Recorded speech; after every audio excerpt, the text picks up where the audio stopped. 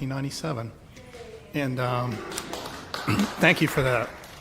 I don't know that we thought it would continue this long. I think we did not. But the beauty of it is it has continued because of you guys. It's become a community. It's become an event we look forward to every year. And one thing I love is that it's become a community through time. And every year I think of people who are no longer with us, who were faithful. And so I'd like to do something a little unusual. I don't usually start by reading a poem, but I'd like to do that today because I've been thinking a lot about Jane Dyer, who was here pretty much every year and loved this event so much, and really loved Thomas Merton. So I thought I'd start by reading a Thomas Merton poem and then invite you to come up, speak your name, speak your poem, enjoy yourself. This is a Merton poem called Carol, C-A-R-O-L, Carol. Flocks feed by darkness with a noise of whispers in the dry grass of pastures and lull the solemn night with their weak bells. The little towns upon the rocky hills look down as meek as children because they have seen come this holy time. God's glory now is kindled gentler than low candlelight under the rafters of a barn. Eternal peace is sleeping in the hay, and wisdom's born in secret in a straw-roofed stable. And oh, make music in the stars, you happy angels, you shepherds, gather on the hill. Look up, you timid flocks, where the three kings are coming through the wintry trees, while we unnumbered children of the wicked centuries come after with our penances and prayers, and lay them down in the sweet-smelling hay beside the wise men's golden jars. I love a Christmas poem that ends on smell. It's really very nice. He was a wonderful poet, and thank you, Jane, for sharing them all those years. So now I'd love to issue this invitation every year. Who has brought a poem to share? Vince, you may have been waiting a year, because I think you brought something up toward the end of the event last year. You want to start us off? Not to put you on the spot. Well, is it the one you wrote? Yes. Then I think you should read it.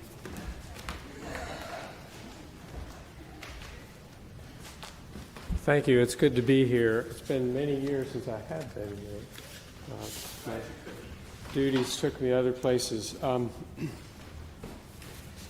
This is a poem that was published in this December's issue of Christian Century. And I have to say that the essay that it is embedded in is way better than the poem itself. And I highly recommend it. It's this lead essay here, Fully Microbially Human. It was written by a rector of a church in Arkansas. And it's a wonderful reflection on just the earthiness of the incarnation and how the microbes are all a part of that as well. So I don't know if that's too loud. Would you say the title again to the microphone? It sounded interesting. Yeah, the essay is called Microbes in the Manger. It's by Reagan Sutterfield. The poem that is sort of a sidebar in that article is one that I wrote. It's called Creche. Staunching blood with her rough hem, she watches as he blinks out darkness, arching for better air beneath the dull gaze and fetid breath of oxen and ass. Rubbed clean, she sees in his eyes not love but need, and gently palms his wet head dry, sticky with birth dough, and brings his mouth to her small breast. Coaxing, she seeks to firm the seal around her nipple, which his tongue rasps cat-like. Each sucks pain, undoing the sublime warmth of his breath on her cold chest. She knows she has received her promise, deliverance from Joseph's rough kindness, the smell of dung, straw, and smoke, the hard laughter rising from Bethlehem's full inns.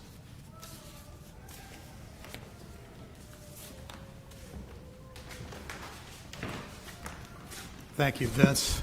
There was smell again. And actually all the senses, I loved how sensory that was. There's nothing abstract about that at all. Thank you. Who else has a poem to share? Please just come forward and let us hear it. Do not be shy. Thomas, yeah, you spoke to me earlier. Come on out. Come forward.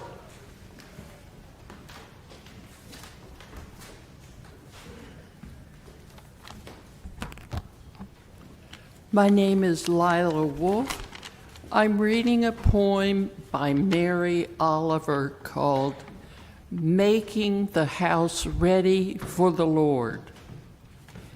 Dear Lord, I have swept and I have washed, but still nothing is as shining as it should be for you. Under the sink, for example, is an uproar of mice. It is the season of their many children. What shall I do? And under the eaves and through the walls, the squirrels have gnawed their ragged entrances. But it is the season when they need shelter. So what shall I do? And the raccoon limps into the kitchen and opens the cupboard while the dog snores. The cat hugs the pillow. What shall I do? Beautiful is the new snow falling in the yard, and the fox who is staring boldly up the path to the door. And still I believe you will come, Lord. You will, when I speak to the fox, the sparrow, the lost dog, the shivering sea goose. Know that really I am speaking to you whenever I say, as I do all morning and afternoon, come in, come in.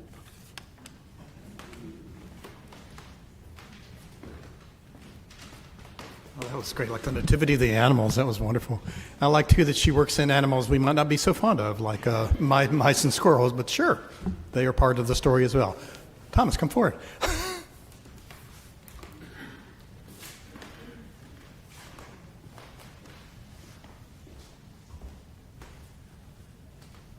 This poem came together earlier this week, proving the old truism that there sometimes is no greater muse than a deadline. But to that end, I'm still not totally sold on the title of this,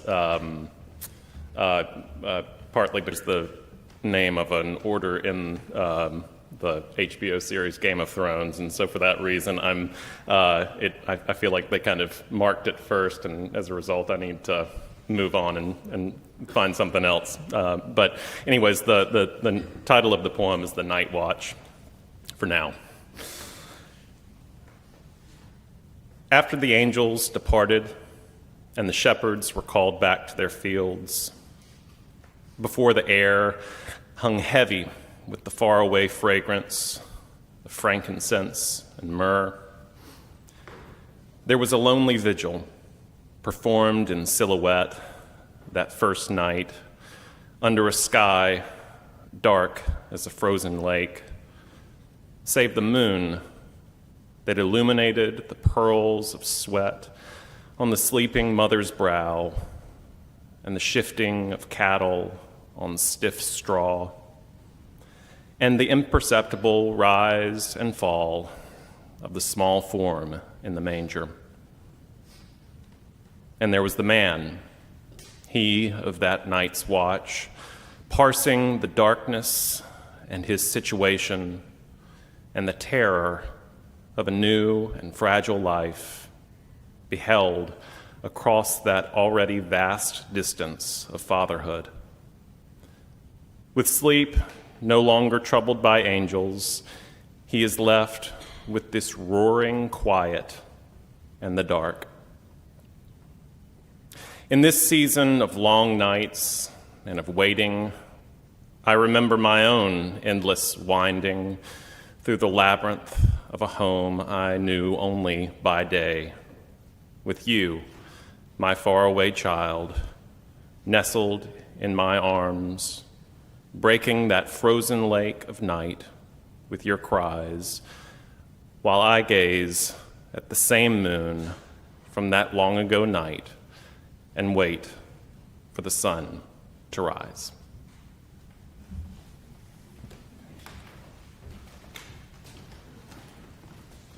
Thank you, Thomas. That was so moving. It's the really, really vivid images, especially. Thank you for that so much.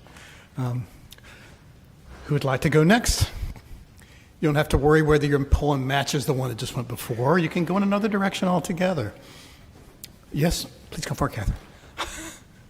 That's it. Yeah, Catherine, come on.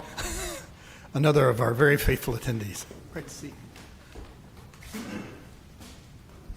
When I was in college, I had two professors who had lazy eyes, and we could never tell who they were calling on when they went like this.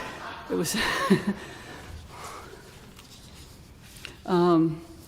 I had a hankering for Denise Levertov for some reason, so that's what I've got. It's one of her newer poems. To live in the mercy of God. It's not necessarily Christmassy, but that's okay. It's poetry. To lie back under the tallest, oldest trees, how far the stems rise before the ribs of shelter open. To live in the mercy of God, the complete sentence, too adequate, has no give. Awe, not comfort. Stone elbows of stony wood beneath lenient moss bed. And awe, suddenly passing beyond itself, becomes a form of comfort, becomes the steady air you glide on, arms stretched like the wings of flying foxes, to hear the multiple silence of trees, the rainy forest depths of their listening, to float, upheld as salt water would hold you, once you dared. To live in the mercy of God, to feel vibrate the enraptured waterfall flinging itself, unabating down and down to clenched fists of rock, swiftness of plunge, hour after year after century, oh or ah, uninterrupted voice, many stranded, to breathe, spray, the smoke of it, arcs of steel-white foam, glissades of fugitive jade, barely perceptible, such passion, rage or joy. Thus, not mild, not temperate, God's love for the world, vast flood of mercy, flung on resistance.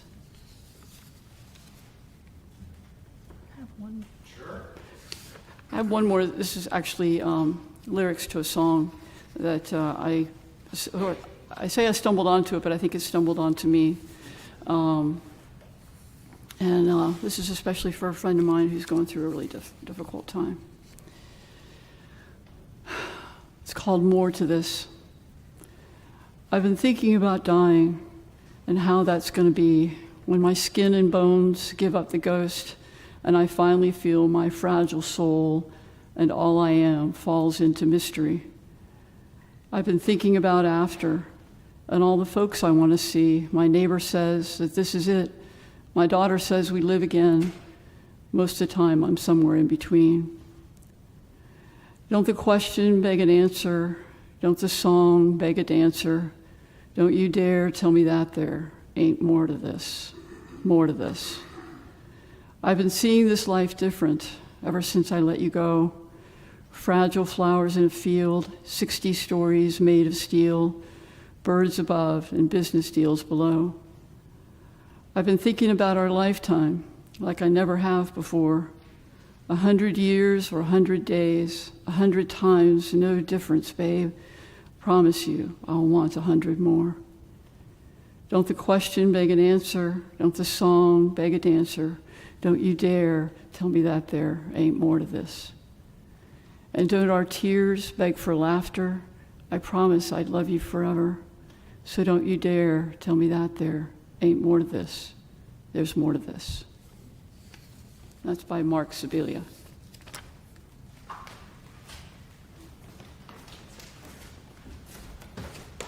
Thank you so much. I especially like the idea of having a hankering for some Denise Levertov. I think that's no greater compliment to a poet than for somebody to have a hankering for your work. But sometimes I think we have a hankering just for poetry itself, because it often says what is almost impossible to say. So thank you. That was wonderful. Who would like to come next? David.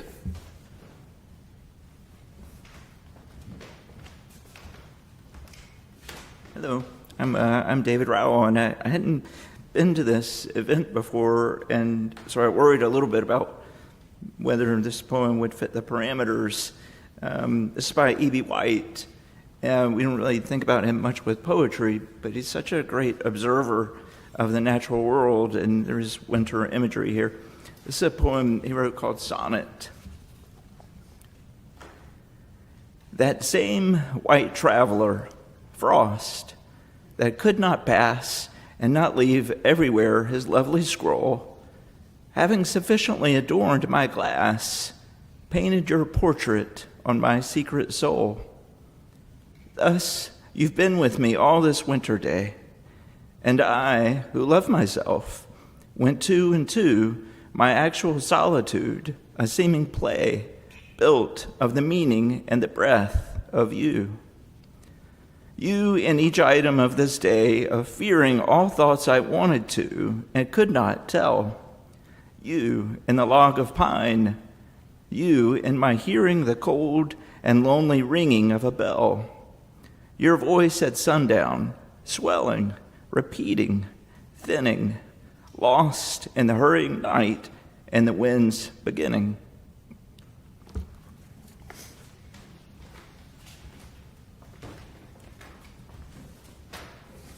I'm always happy to be reminded of E.B. White, who's just a terrific writer of poetry. I think he's a really good poet, but also he's very well known for his prose as well, and Charlotte's Web, an immortal book. So thank you, David, for sharing that. Who'd come? Al? Another faithful attendee. Always good to see Al.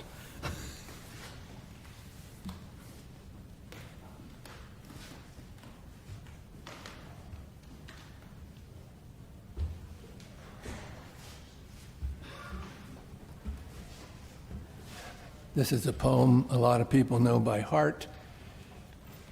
I especially came to appreciate it after we moved to Boston and got into some snow up there, and also when I found out that Sleep Here was talking about death. And it's, of course, Robert Frost is stopping by woods on a snowy evening. Whose woods these are, I think I know. His house is in the village, though. He will not see me stopping here to watch his woods fill up with snow. My little horse must think it queer to stop without a farmhouse near. Between the woods and frozen lake, the darkest evening of the year. He gives his harness bells a shake to ask if there is some mistake. The only other sound the sweep of easy wind and downy flake. The woods are lovely, dark and deep, but I have promises to keep and miles to go before I sleep, and miles to go before I sleep.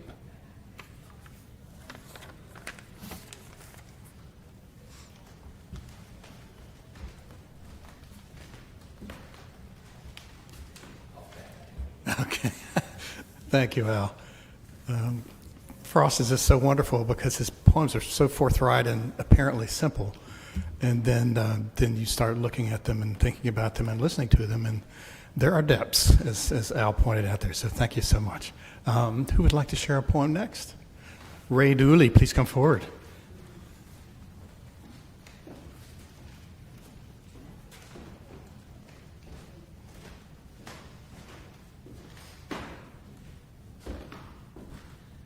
Hello, everyone.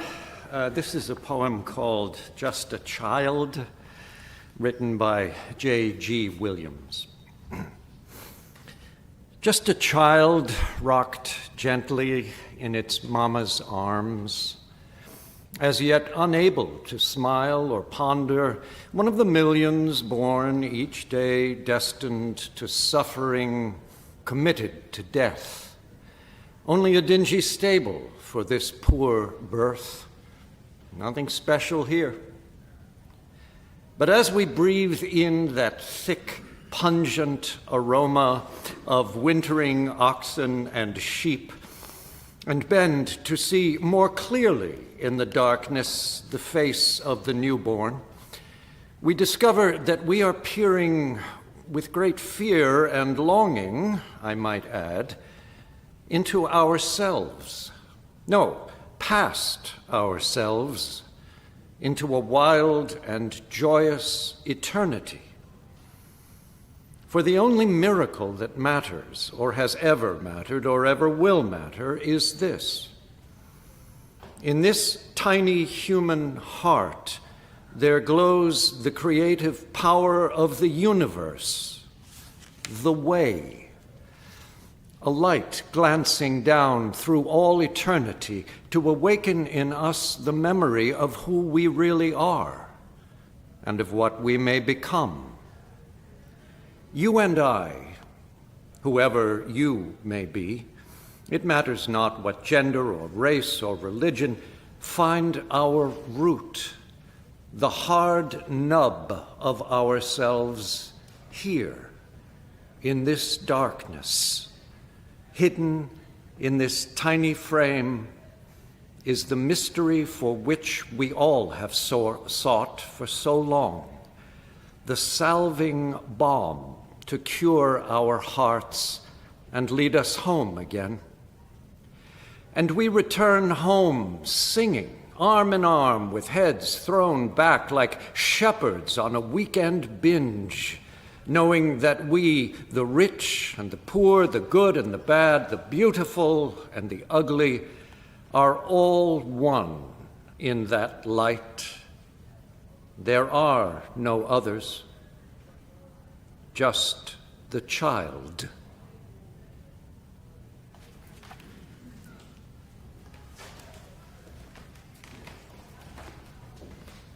Thanks, Ray. There were some great phrases in that poem. The nub of ourselves, and to see all that by looking at the babe, and it went a lot of places. So thank you. That was very powerful. Who would like to share a poem next? Please. Elizabeth Marie.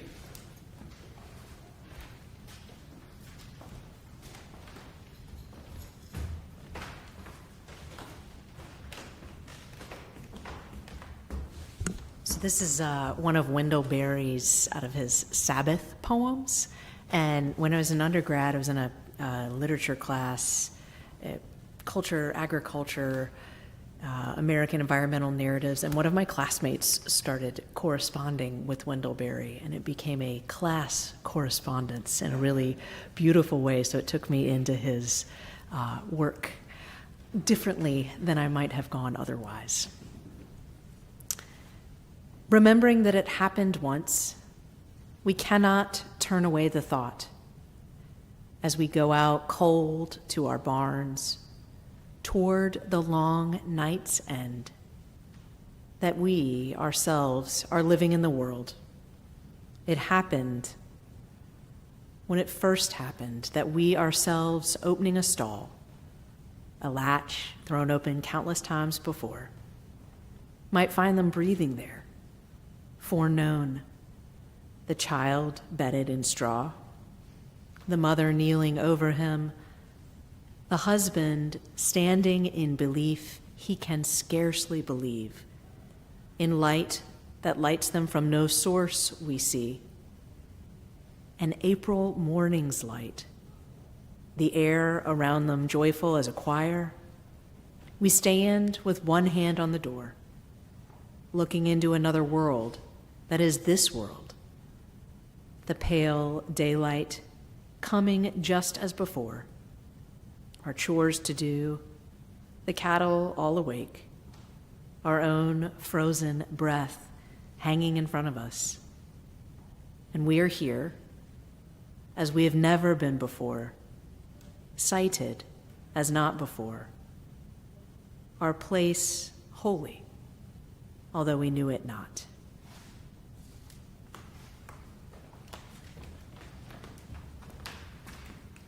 Thank you so much. I hope you know the writing of Wendell Berry, one of our great living writers. And if anyone would know about barns and straw and cattle and such things, it would be him, because he has run his family farm in Port Royal, Kentucky his entire life. So thank you. That was wonderful. Who would like to share a poem now? Yay. Martha, always.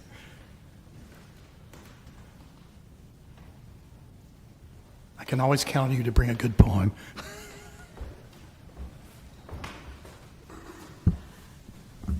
I will tell you that this is one of the worst things I've ever done, but we forgot our book, and so I'm having to read from it. I'm reading a poem by Billy Collins called Questions About Angels. And those of you who are familiar with Billy Collins, you know he's really very funny. But right at the end of most of his poems, he turns the corner and says something very, very beautiful. Questions about angels. Of all the questions you might want to ask about angels, the only one you ever hear is how many can dance on the head of a pin.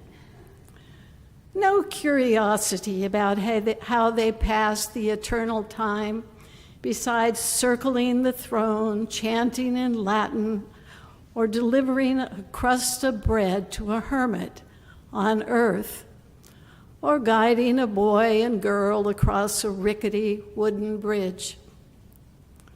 Do they fly through God's body and come out singing? Do they swing like children from the hinges of the spirit world, saying their names backwards and forwards? Do they sit alone in little gardens changing colors? What about their sleeping habits, the fabric of their robes, their diet of unfiltered divine light?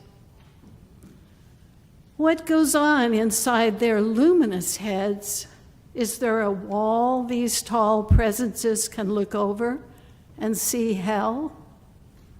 If an angel fell off a cloud, would he leave a hole in a river? And would the hole float along endlessly, filled with the silent letters of every angelic word?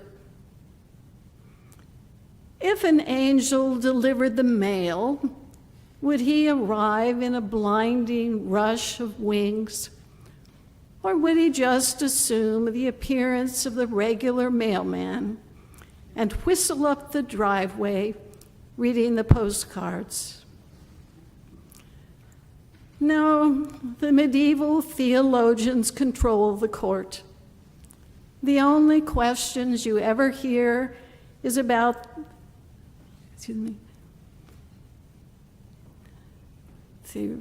No, the medieval theologians control the court.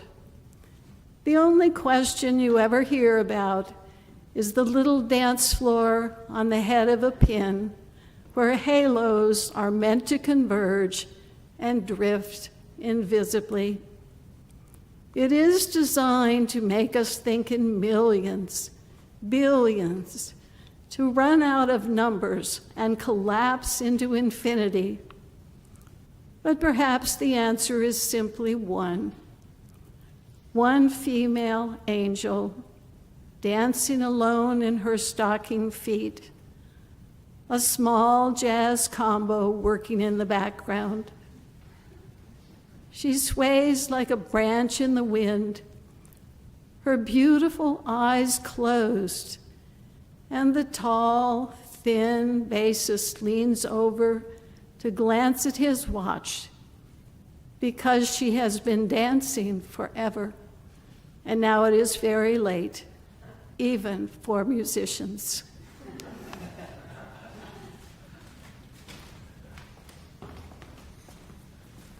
You were forgiven for the phone, that's fine. It happens. I think he's a wonderful poet. He has such an imagination. And myself, I like it when poems are playful and witty because often, as you point out, Martha, being playful and being serious are not separate things. They're often very closely connected. So thank you. That was great. Who has another poem to share? Ann Baker, please come forward. I stopped teaching in April here after 35 years, so it gives me pleasure to say things like, Ann Baker, please come forward. Well,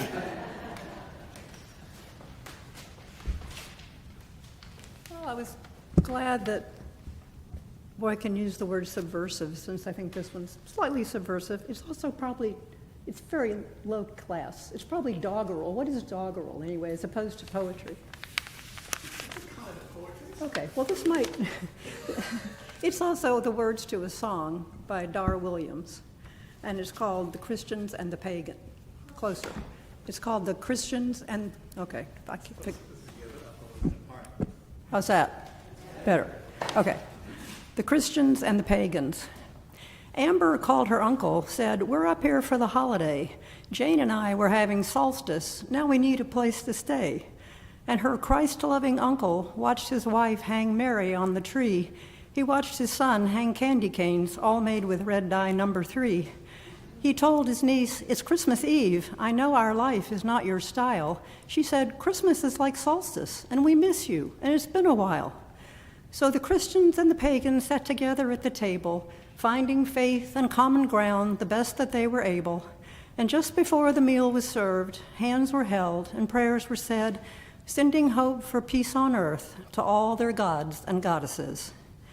The food was great, the tree plugged in, the meal had gone without a hitch, till Timmy turned to Amber and said, "Is it true that you're a witch?"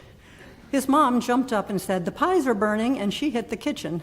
And it was Jane who spoke. She said, "It's true your cousin's not a Christian, but we love trees, we love the snow, the friends we have, the world we share, and you find magic from your God, and we find magic everywhere." So the Christians and the pagans sat together at the table, finding faith and common ground the best that they were able. And where does magic come from? I think magic's in the learning, because now when Christians sit with pagans, only pumpkin pies are burning. When Amber tried to do the dishes, her aunt said, "Really, no, don't bother."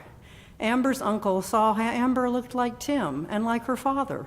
He thought about his brother, how they hadn't spoken in a year. He thought he'd call him up and say, "It's Christmas and your daughter's here." He thought of fathers, sons, and brothers, saw his own son tug his sleeve, saying, "Can I be a pagan, Dad?" Said, "We'll discuss it when they leave." So the Christians and the pagans sat together at the table, finding faith and common ground the best that they were able, lighting trees in darkness, learning new ways from the old, making sense of history, and drawing warmth out of the cold.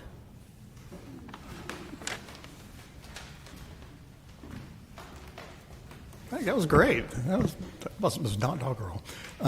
It's also good to be reminded that the holidays are often so much about family and how we make our peace at that season. Poem, yes.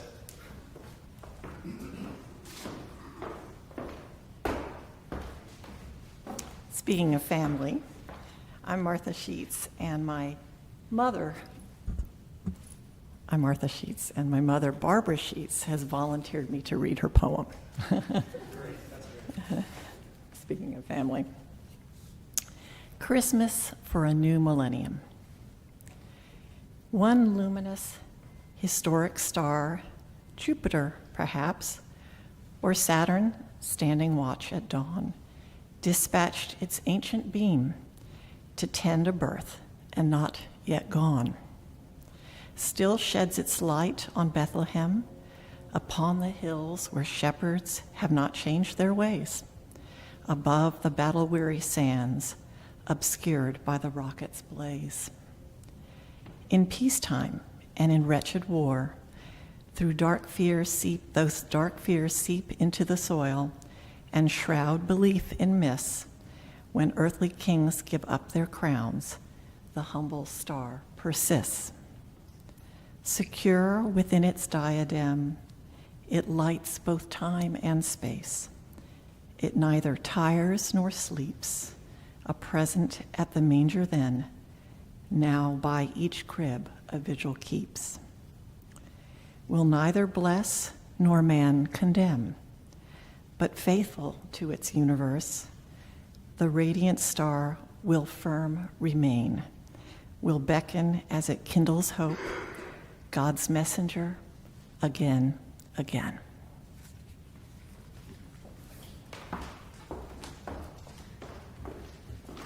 Was that one of Barbara's own poems? Yeah, but it's an earlier one, but it was a good one. It's been so great to have original poems shared today. I'm really glad to hear that, as well as poems by others. I'm afraid that I heard the bell tolling, and we're pushing on to 11 o'clock, so I think we might need to call it a year. And Scott, did you bring one to share? No, okay, because I've talked to Scott earlier. I'm not putting him on the spot. If you have, save it for next year if you brought it. Okay, good. Thanks, folks, for coming. It was really great to see you again.